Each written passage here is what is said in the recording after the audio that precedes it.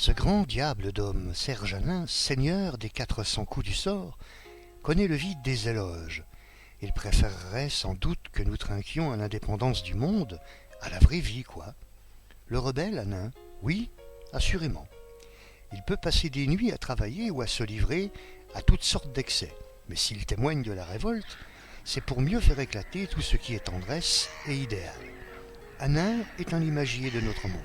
Chacun de ses portraits ou de ses scènes est du plus dur et du plus terrible tel qu'en nous autres. Même si l'on sent dans sa peinture des fréquentations plus anciennes, il ne craint pas d'être lui-même.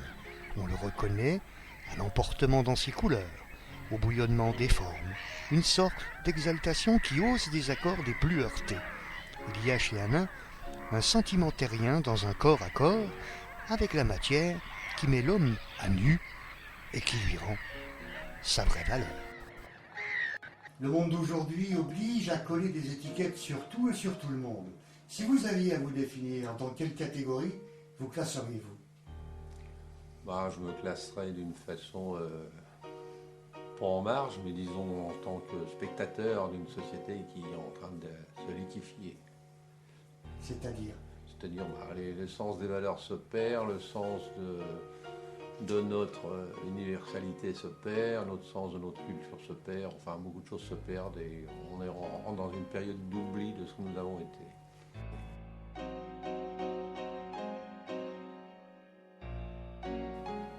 vous nous dites, et vous vous dites expressionniste.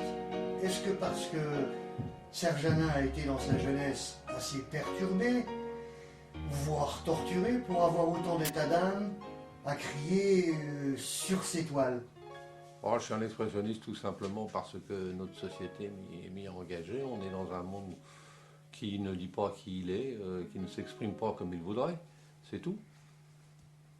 Et lorsqu'on regarde vos toiles, finalement, on observe votre obsession à représenter les femmes et certains personnages dans l'opulence avec des formes très avantageuses, ce qui est tout le contraire d'ailleurs de l'expression de votre confrère Egon Schiele.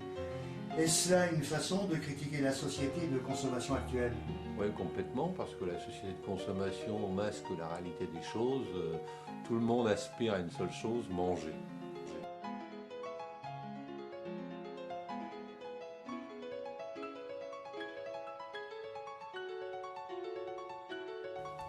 On peut considérer que l'expressionnisme est apparu au début du XXe siècle et qu'il est principalement soutenu à la fin des années 1800 de l'autre côté du Rhin, avec des artistes tels qu'Ernst Ulrich Kirchner, August Macke ou encore Alexei von Jarvelski. Il est aussi une sévère opposition aux gens de la haute société, mais également au nazisme. Est-ce que vous expliquez tirer votre art de vos origines juives refoulées? Non, je ne refais pas mon œuvre des origines juives, mon refoulement de ma naissance, puisque maintenant j'ai changé complètement de philosophie. La naissance n'est pas une fatalité. Ce que je peux dire aussi, c'est que les artistes du siècle dernier expressionnistes étaient prémonitoires de toutes les misères qui allaient nous tomber sur la tête dans notre société dite occidentale, qui n'est pas la meilleure du monde.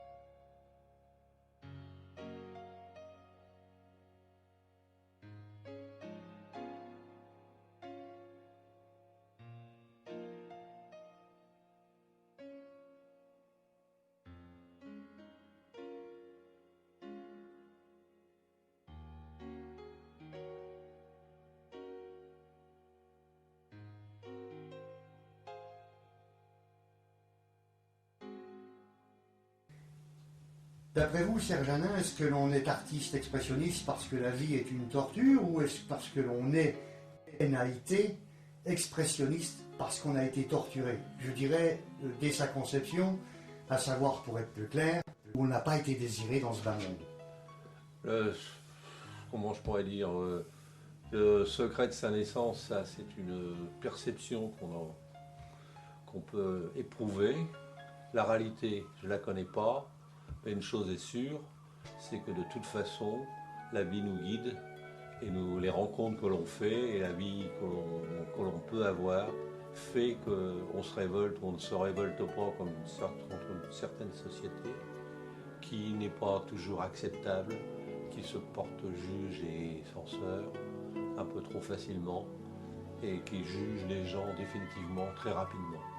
Donc en partant de ça, on se dit que la vie est ainsi faite, on nous l'a donnée et on la prend.